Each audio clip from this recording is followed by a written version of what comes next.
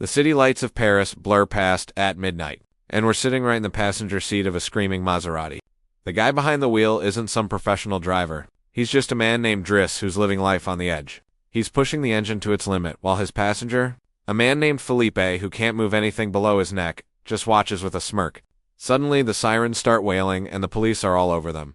But Driss doesn't panic. He actually doubles down on a bet with Philippe that he can get them a police escort. When they finally get pulled over, Driss puts on the performance of a lifetime, claiming Philippe is having a massive medical emergency and needs the hospital right now. Philippe plays along perfectly, faking a stroke right there in the seat, and the cops actually buy it. They end up getting a high-speed escort straight to the emergency room. As the police leave, Philippe asks what the plan is now, and Driss just smiles and says, "Now let me take care of it."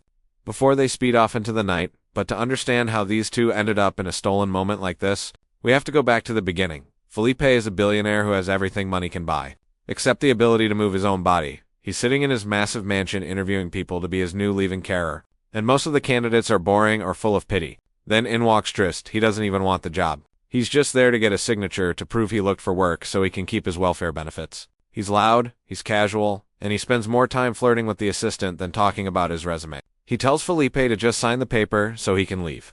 But Philippe sees something different in him. The next day, Driss comes back for his signature but gets the shock of his life. He's been hired on a trial basis. He moves from a tiny, crowded flat in the rough suburbs into a palace, and at first, it's a total culture clash. Driss has never seen this kind of wealth, and he certainly isn't used to the physical demands of taking care of a quadriplegic. Philippe's friends are worried, though. They find out Driss has a criminal record and spent 6 months in jail for robbery. They warn Philippe that he's dangerous, but Philippe doesn't care. He tells them that everyone else looks at him with pity, but Driss treats him like a human being. Like an equal. As the weeks go by, something changes between them. Driss starts to see the man behind the disability. He stays up with Philippe during the long nights when the phantom pains become unbearable. And in return, Philippe introduces him to a world of high art and opera. Driss thinks the opera is ridiculous at first, laughing at a man dressed like a tree singing in German, but he starts to listen. For Philippe's birthday, they have a private classical concert in the living room. It's stiff and formal until Driss takes over the speakers. He blasts earth, wind, and fire, and suddenly the whole room is dancing, breaking the tension that's been held in that house for years. Driss also notices that Philippe has been writing letters to a woman named Eleonora for months, but he's too scared to ever call her or show her what he looks like. Driss pushes him, telling him life is too short to be afraid. They finally set up a date, but at the very last second, Philippe loses his nerve. He leaves before she arrives, terrified of being rejected for his wheelchair. To clear his head, they take a private jet to go paragliding, and Philippe shows Driss that even without his limbs, he can still fly. Eventually, reality catches up with them.